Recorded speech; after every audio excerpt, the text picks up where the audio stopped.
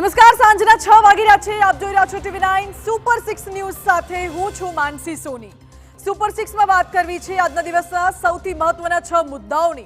જાણીશું કે શહેર વરસાદ કેવો વર્તાવી રહ્યો છે કહેર. ભ્રષ્ટાચારના ભરડામાં કેવી રીતે હોમાય 7 જિંદગી.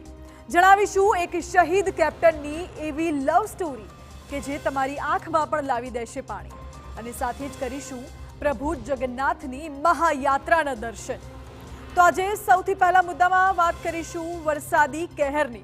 ઉત્તરાખંડથી લઈ આસામ સુધી ચિંતાજનક દ્રશ્યો સામે આવી રહ્યા છે.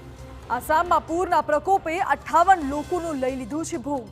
જ્યારે બીજી તરફ પંજાબ, ઉત્તર પ્રદેશ અને નવી મુંબઈના અનેક વિસ્તારોમાં પણ છે જળબંબાકારની સ્થિતિ. બીજા મુદ્દામાં સુરતથી સામે આવેલા ચિંતાજનક દ્રશ્યો આપને દેખાડીશું. માત્ર 7 વર્ષ પહેલા બનેલી એક 5 માળની ઇમારત જમીનદોસ્ત થઈ ગઈ અને 7 નિર્દોષોના જીવને ભરખી ગઈ. સમગ્ર મામલે પોલીસે 3 લોકો સામે ગુનો પણ નોંધ્યો છે. પરંતુ સવાલ એ છે કે ક્યાં સુધી ભ્રષ્ટાચારના ભરણામાં આ જ રીતે હોમાતા રહેશે માસૂમો.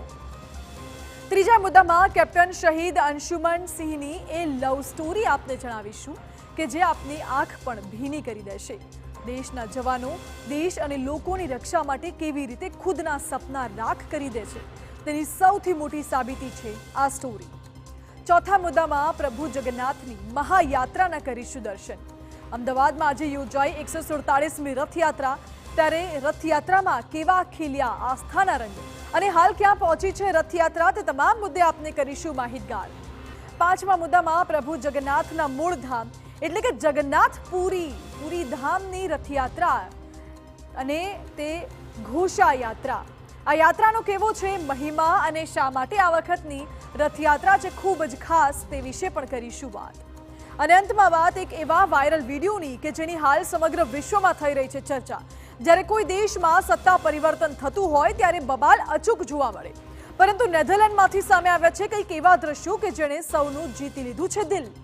આ તમામ 6 મુદ્દાઓ વિશે આજે વાત કરવી છે. સૌથી પહેલા વાત વરસાદી કહેર તો ક્યાંક મહેરની.